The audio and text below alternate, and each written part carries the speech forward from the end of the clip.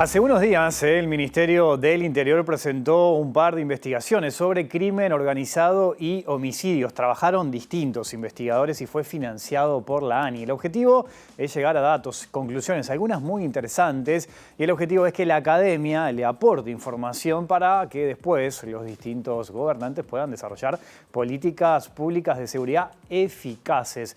Vamos a analizar todo esto. Bienvenidas, bienvenidos a Así Comienza Lado B.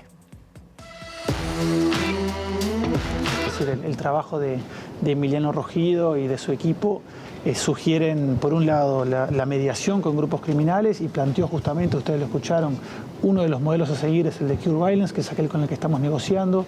El otro es la prevención focalizada, que también es un tema del que a partir de este trabajo hemos empezado a conversar con Fiscalía.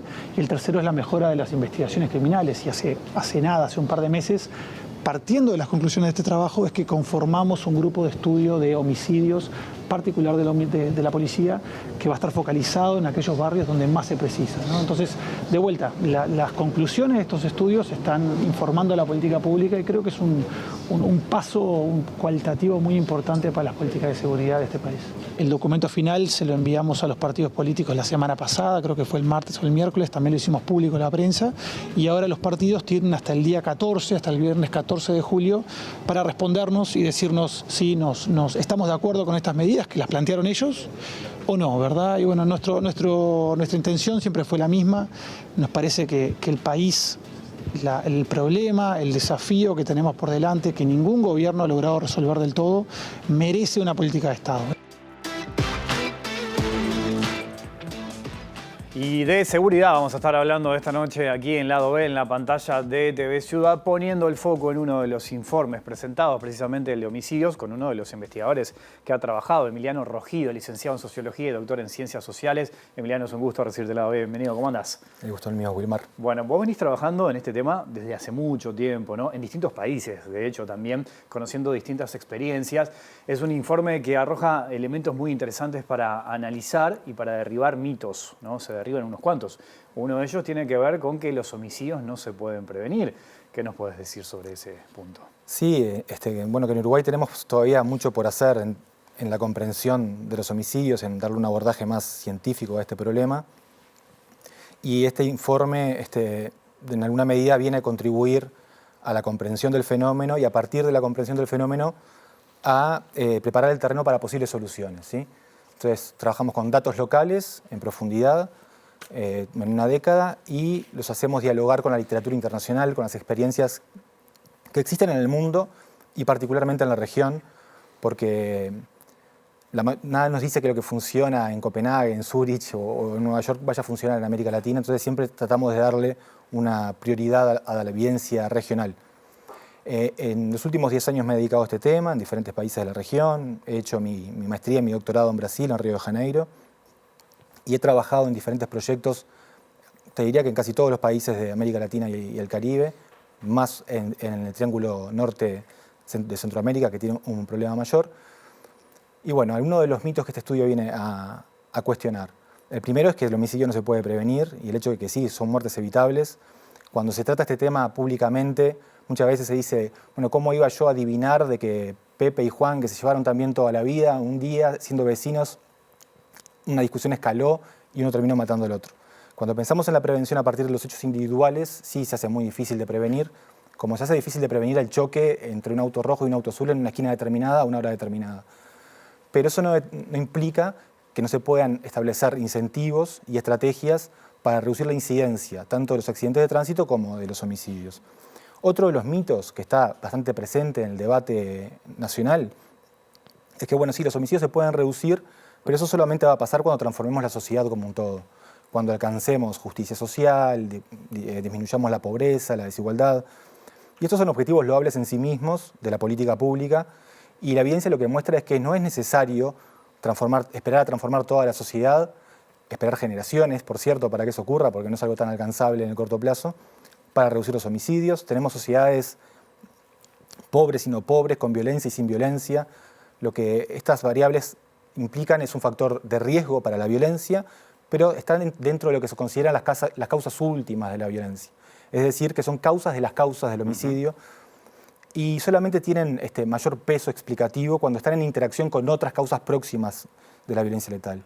Por tanto, aquí se derriba otro de los mitos. De hecho, el Uruguay experimentó 2 décadas de mejora de sus indicadores sociales, una mejora generalizada de la situación social y económica del país, y la violencia solamente ha aumentado.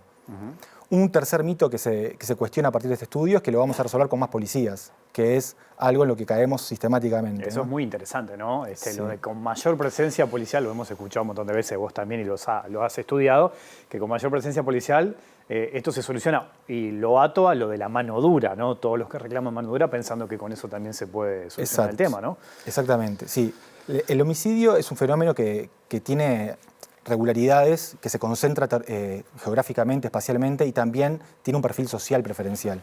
El patrullaje, por definición, es inespecífico, es aleatorio en general, y no es una buena estrategia para reducir los homicidios, y tampoco lo es la mano dura, en el sentido de que muchas experiencias que creen que esto se resuelve con determinación política, o militarizando las fuerzas de seguridad, o descuartizando los grupos criminales, creen que de ese modo van a reducir los homicidios, y la evidencia lo que muestra es más bien lo contrario, ¿sí? Más bien que se pueden incrementar los homicidios. O sea, pongamos por caso el descabezamiento de grupos criminales vinculados al tráfico de drogas.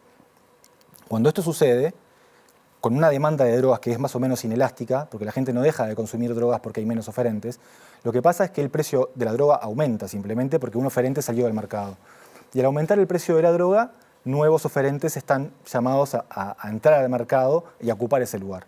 Y esto siempre se hace por violencia, porque como es un mercado negro, los espacios se ganan por medio de la violencia. Entonces, si se piensa como una estrategia destinada a reducir la violencia letal, el descabezamiento de grupos criminales podría no solamente no ser eficaz, sino ser contraproducente.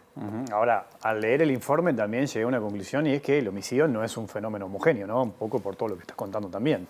Sí, esa es una conclusión muy importante del estudio, que muestra las múltiples etiologías del homicidio, ¿sí? Uno piensa en el homicidio en general como la muerte intencional de una persona sobre otra, pero lo cierto es que detrás de la tasa de homicidios como cifra general de la violencia letal se esconden muchos tipos de violencia. Y probablemente sea fácil intuir la diferencia que hay entre un homicidio vinculado a problemas de pareja, a la violencia de pareja, digamos, de los homicidios vinculados al crimen organizado, a los robos y los delitos contra la propiedad en la calle, al uso excesivo de la fuerza policial, al odio hacia ciertos grupos poblacionales, como puede ser el caso de la transfobia, al conflicto que existe entre vecinos. Es decir, hay un conjunto de manifestaciones de violencia, cada una específica, no solamente en general, en teoría, sino que cuando analizamos los datos nos muestran patrones completamente diferenciados en el perfil de la víctima, en el perfil del victimario, en los mecanismos que se utilizan para perpetrar estos homicidios, como por ejemplo el uso de armas de fuego o de elementos cortantes, en el grado de concentración geográfica donde estos homicidios ocurren, ¿sí? En el grado de esclarecimiento que estos homicidios tienen. Hay un conjunto de factores, de dimensiones, de variables, que nos muestran de que sí, acá hay problemas distintos, y una de las primeras, o de las grandes conclusiones, una de las primeras de este estudio es, bueno, si tenemos problemas distintos, tenemos soluciones distintas. No tenemos acá, no hay una bala de plata para reducir los homicidios, son varios problemas que necesitan de abordajes diferentes. Ahora me gustaría ir al tema de soluciones, porque también hay unos conceptos que se manejan que son importantes. Hemos escuchado hablar mucho en este último tiempo, incluso en el debate político, sobre muertes dudosas, ¿no? Ese concepto del que se habla tanto. ¿Qué nos puedes decir sobre eso? Bien, el estudio tiene 3 capítulos. Las personas que estén interesadas los pueden acceder a él porque ya es de conocimiento público, está en la página de CIESU, por ejemplo. El primer capítulo es calidad de los datos. El segundo es diagnóstico de los homicidios, que como necesitamos datos de calidad para hacer el diagnóstico, quisimos garantizar que los datos fueran buenos. Y el tercero son las estrategias que dependen del diagnóstico. Así que hay una secuencia lógica. Sobre calidad de datos de homicidio, lo que nosotros pudimos ver a grosso modo es que los datos de Uruguay son buenos en calidad, o sea que tienen características a partir de un instrumento que fue el que utilizamos para estimar la calidad de los datos, que se llama Protocolo de Bogotá sobre la calidad de los datos de homicidio en América Latina y el Caribe, que los hacen válidos y confiables. Uno de los problemas que nosotros sí identificamos en los datos de Uruguay, porque hay margen de mejora, tiene que ver con las famosas muertes dudosas, que son muertes constatadas, no son dudosas, pero son por causa dudosa. Y ahí hay 2 observaciones a hacer. La primera es que la razón de muertes dudosas sobre homicidios es extremadamente alta. Y lo fue durante todo el periodo estudiado, entre 2012 y 2022. Entre 2012 y 2019 más o menos había un 25% de muertes dudosas en relación a los homicidios. Y en el año 2020 en adelante eso prácticamente se duplica al 50%, lo que implica que cada 2 homicidios tenemos una muerte dudosa. Es algo demasiado alto, pensando en que el protocolo de Bogotá, que está pensado para América Latina y el Caribe, o sea, para un barrio más complicado que nuestro país, establece un umbral de un máximo de 10%. O sea que eso lo incumplimos en toda la serie y es bastante más complicado en los últimos años. La buena noticia, si se quiere, para el país es que un análisis más detallado de las muertes dudosas permite observar que es muy baja la probabilidad de que allí se escondan homicidios, ¿sí? Porque el problema de las muertes dudosas como categoría residual es que no sabemos por qué murieron esas personas y por tanto esa categoría podría ser utilizada intencionalmente o de forma por un error de registro como una categoría que esconde homicidios. Esa es la principal preocupación. Y diferentes análisis que nosotros hacemos relacionados al perfil de las víctimas y también a la triangulación de datos del Ministerio de Salud Pública y del Ministerio del Interior nos muestran que no hay motivos para sospechar, no hay motivos fuertes para sospechar de que allí se escondan un gran número de homicidios. Uno cuando mira el informe, que bien decías, la gente lo puede acceder sin problemas, libremente en la página web, en internet, se encuentra que en la gráfica, ¿no?, de los picos de homicidio, el aumento de homicidio, en 2018 hay un pico, un aumento importante. ¿Qué pasó allí? ¿Cuál es la explicación de eso? Sí, para describir un poco más la serie, tenemos 2012-2022, entre 2012 y 2017 más o menos el homicidio está estable, sube un poquito, baja un poquito, pero no hay una tendencia clara. En 2018 el homicidio aumenta un 50% con respecto al año anterior, muchísimo. Y alcanzamos un récord histórico de homicidios.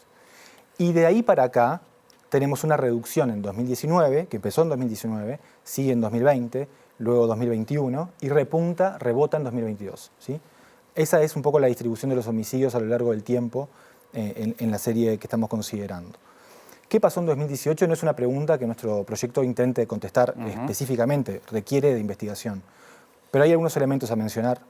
Uno es la reforma del Código del Proceso Penal, que ocurrió precisamente a fines del año 2017. Claro, se empieza a implementar en noviembre del 17. Eso, en noviembre del 17, y que implicó un reacomodo de todo el sistema de justicia penal, ¿sí? Las instituciones tuvieron que trabajar de una forma completamente diferente al pasar del sistema inquisitorio al acusatorio. Entonces probablemente haya habido una curva de aprendizaje y algunas dificultades del sistema para procesar esos homicidios. Esa es una hipótesis, no la podemos afirmar. También hay un efecto de lo que se llama estadísticamente regresión a la media, que es básicamente un efecto rebote. Cuando nosotros tenemos una serie de tiempo con muchas observaciones y tenemos un dato extraordinario, sea porque es muy alto, porque es muy bajo, lo que es esperable es que las observaciones siguientes vuelvan a converger en la media, ¿sí? Entonces también es estadísticamente esperable que después de un pico tan alto como en 2018, las observaciones siguientes vuelvan a bajar. Entonces esos son los posibles elementos que tenemos que tener en cuenta, sumado a un tercero, que es la pandemia de COVID-19, claro, que también hay literatura internacional que muestra que podría explicar en alguna medida una reducción de los homicidios. En Uruguay no tenemos estudio, así que todo esto lo mantenemos en el plano de las hipótesis. En este último tiempo también hemos escuchado mucho hablar de ajuste de cuenta, ¿no?, el avance del narcotráfico. ¿Qué relación tiene esto con los homicidios, con lo que ustedes han investigado? Bien, nosotros intentamos abrir la cajita negra de los homicidios y ver qué hay ahí adentro. Y en el año 2018 la categoría específica de homicidios que más aumentó es venganza y represalias. Y desde el año 2020 para acá, la categoría que más aumentó es tráfico de estupefacientes, ¿sí? Que pasó de tener un promedio en la serie de 6,5 a llegar casi al 10 y se transformó en una de las principales categorías específicas de homicidios. Así que cuando vemos las múltiples etiologías del homicidio empezamos a ver también que no solamente el perfil, los mecanismos, etcétera, del homicidio es diferente según tipo, sino también las tendencias a lo largo del tiempo. Las líneas se cruzan y responden diferente en relación al crecimiento o a la reducción de la tasa general de homicidios. ¿Qué pasa con las zonas geográficas? ¿Qué pasa con la zona de Montevideo? ¿Dónde se concentran? ¿Qué les dio esa investigación en ese sentido? Bien, en términos generales, de forma agregada, el homicidio es un asunto principalmente de personas pobres, de la periferia urbana, jóvenes y varones, ¿sí? La amplia mayoría, tanto de las víctimas como de los victimarios, responde a ese perfil. Y se localizan en su gran mayoría en la zona 3 y zona 4 de la policía, en la zona oeste, norte y noreste de Montevideo. Cuando empezamos a ver los tipos de homicidio, vemos un comportamiento bastante diferente, ¿sí? Los homicidios vinculados al tráfico de estupefacientes y a venganza y represalias sostienen ese perfil general. Mientras que otros homicidios, como por ejemplo los vinculados a celos y apropiación sexual, que es una categoría que está muy vinculada a la violencia de género y a los femicidios, aunque incluye también otros tipos de homicidios de pareja, donde las víctimas son varones, no tienen concentración territorial y se dan de forma bastante dispersa, no solo en Montevideo, sino en todo el país. También hay ciertos tipos de homicidios que tienen alguna concentración territorial que coincide parcialmente con los vinculados al crimen organizado, como son los homicidios más asociados a los robos, rapiñas, hurtos y copamientos, que tienen lo que se llaman hotspots o áreas calientes, pero de forma menos clara que los anteriores y un poquito diferente. Una forma seguramente de encarar este tema y buscar soluciones tiene que ver con algo que mencionabas recién, o sea, avanzar en la investigación de estos casos, tratar de aclarar aquellos que no se pueden lograr. ¿Qué otras formas de estrategia hay para poder revertir esta situación? Bien, digamos nuestro mantra después de hacer el estudio es que cualquier esfuerzo para reducir los homicidios tiene que tener 3 tipos de focalización. Tiene que enfocarse en ciertos tipos de homicidios según naturaleza o etiología, como veníamos hablando. Tiene que orientarse, para aumentar las chances de éxito, digamos, en las poblaciones especialmente vulnerables, en el perfil de víctima, que también varía según estos tipos de homicidio. Por ejemplo, en el caso de celos y apropiación sexual, ya no hablamos de hombres, jóvenes y pobres, sino que hablamos de una mayor proporción de víctimas mujeres, de una edad un poco mayor y con un nivel socioeconómico muy diferente al que mencionábamos antes. Entonces, enfocarse en tipos de homicidio, enfocarse en poblaciones vulnerables de sufrir ese tipo de homicidios y en las áreas de mayor riesgo. Esa es la recomendación. Y a partir de esa recomendación general, nosotros proponemos, en base a la literatura internacional, regional y más amplia, ideas que tienen que ser desarrolladas para reducir 3 tipos de homicidio, vinculados a grupos criminales, vinculados a delitos contra la propiedad y vinculados a celos y apropiación sexual o a la violencia de género de una forma amplia. Y en el tema de las investigaciones, por ejemplo, que se aclaran casi el 50% de estos episodios, ¿cuánto influye eso? Habría que poner también el foco ahí. Es un tema de recursos seguramente, eso pasa por otro tipo de políticas y estrategias, pero eso puede contribuir a todo esto que estamos hablando. Bien, es interesante. Todo es tema de recursos. Cualquier iniciativa en el área de seguridad pública necesita de tener 3 patas. Necesita tener capacidad de liderazgo político y de articulación, de formación de alianzas, ¿sí? Necesita tener recursos económicos asignados y necesita tener capacidad técnica. Si perdemos alguna de estas patas, tenemos demagogia o tenemos planteos tecnocráticos que no tienen ninguna capacidad de incidir sobre la realidad. En fin, necesitamos estas 3 patas para hagamos lo que hagamos si queremos tener éxito. La mejora de las investigaciones es una de las estrategias que nosotros proponemos para reducir específicamente los homicidios vinculados a grupos criminales, que son homicidios que pueden ser diferentes a su interior. Esto es interesante mencionar porque la mayor parte de la gente, creo yo, por lo que está en el ambiente, piensa en el homicidio vinculado a grupos criminales como homicidios que se producen en el enfrentamiento entre los grupos, que son criminales de carrera prácticamente, vinculados al tráfico de drogas y que se matan entre sí, cosa de ellos, ¿sí? Lo que nosotros vemos es que el homicidio vinculado a grupos criminales tiene esos homicidios, pero también tiene otros, como los que se producen por los grupos criminales a sus propios miembros disidentes, y los producidos por los grupos criminales hacia gente de la comunidad que no tiene nada que ver, pero que están en las comunidades donde ellos operan y que para sembrar el terror e imponer sus reglas, de vez en cuando se cobran a una víctima. Como estos homicidios son los más impunes, porque la tasa de esclarecimiento general es el 50%, como vos mencionabas, pero cuando vemos los tipos de homicidio vemos muchas diferencias en la tasa de esclarecimiento de los homicidios, estos homicidios tienen una ventaja para este abordaje, por supuesto que es una desgracia para las personas que viven en esos lugares, pero que se esclarecen en una proporción muy baja. Hay una oportunidad ahí para intervenir con investigación, con mejora de las investigaciones, y se dan de manera hiperconcentrada desde el punto de vista espacial. Entonces, una de las propuestas que nosotros hacemos es asentar en las comunidades investigadores, hacer trabajo de inteligencia policial, tomarle el pulso a la comunidad, ganarse la confianza de algunos vecinos que siempre saben lo que está pasando. La gente no es tonta. Los homicidios ocurren en la puerta de sus casas y lo que tienen es miedo a hablar por ser víctima de represalias por parte de los grupos criminales, porque el Estado en muchos sentidos le soltó la mano a esa gente y porque la policía muchas veces le genera desconfianza, porque ocasionalmente cuando ven a la policía es para patearle la puerta, ¿sí? Aunque ellos no tengan nada que ver. Entonces, asentar investigadores ahí, que no se cambien de zona, sino que generen una inteligencia de la comunidad, que se hagan sus propios informantes, proteger a las víctimas, darle todas las garantías, apoyo psicológico, jurídico, social, para que puedan hablar los familiares de las víctimas en este caso y los testigos, es fundamental para reducir la impunidad y en el corto plazo reducir los homicidios. Esto es algo que nosotros hemos evaluado a través de una evaluación de impacto en Honduras, en comunidades de alta incidencia, de las ciudades de San Pedro Sula y de Tegucigalpa, y que ha mostrado resultados muy interesantes. Ahora, eso que estás diciendo, lo engancho, porque sé que puede tener un punto de contacto, pero es distinto, me parece, me da la sensación por cómo lo contaste, y por tu experiencia además.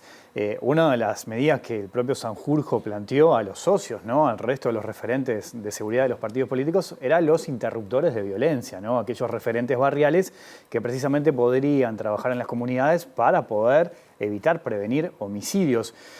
Lo conecto con esto que acabas de decir. ¿Cómo lo ves eso, concretamente, esa idea, si se puede en todo caso llevar adelante aquí en Montevideo? O si es necesario hacer eso que dijiste antes, por ejemplo, ¿no? Sí, de pronto, volviendo es necesario hacer muchas cosas, e incluso muchas cosas a la vez. Por ejemplo, esta estrategia que plantea Sanjurjo, nosotros también la proponemos en el documento, es una estrategia de mediación entre grupos criminales. No ayudaría a reducir la violencia que los grupos criminales provocan sobre la comunidad, por ejemplo, o sobre sus propios miembros, porque lo que intenta es interrumpir los ciclos de violencia entre grupos, es de mediación. Entonces, la mejora de las investigaciones sí, serviría para los 3 tipos de homicidios vinculados a grupos criminales.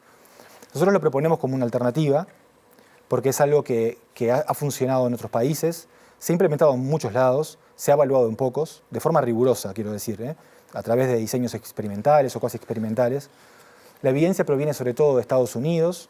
En América Latina hay una experiencia bien evaluada en Trinidad y Tobago que apuntan a que esta estrategia puede reducir la violencia con armas de fuego y los homicidios en particular.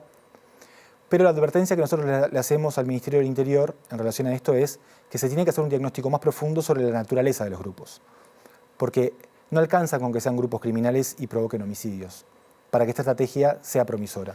Esta estrategia ha funcionado bien en evitando el conflicto entre grupos locales y identitarios. Entonces, por ejemplo, en Estados Unidos tenemos los guetos y se pelean los latinos con los afroamericanos, con los asiáticos, con los italianos, etc.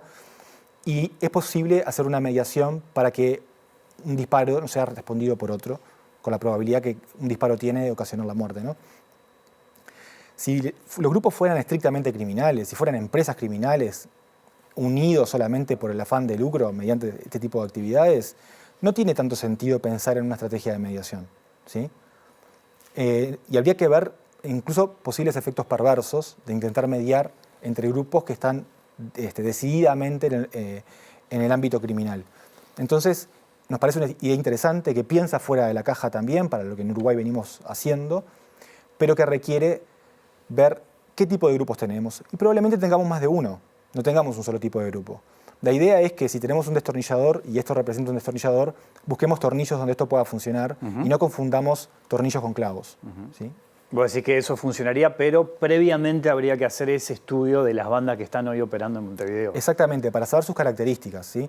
Hasta ahora hay muy poca investigación sobre los grupos criminales en Uruguay. Una de las investigaciones, y creo que de las pioneras, se presentó junto a la nuestra, financiada también por el Fondo Sectorial de Seguridad Ciudadana de la ANI. Y lo que muestra esta investigación es que los grupos criminales en Uruguay son duales en este sentido. Tienen un componente familiar o de clanes familiares que intentan apoderarse del barrio y son también, estos clanes se dedican al tráfico de estupefacientes, microtráfico, robos, etc. Entonces hay que ver, bueno, cuál es el peso de estos componentes, porque la estrategia de mediación sería más idónea para un tipo de grupos que para el otro. Te propongo una pequeña pausa y seguimos conversando, ¿eh? Ya sigue el lado B aquí en la pantalla de TV Ciudad.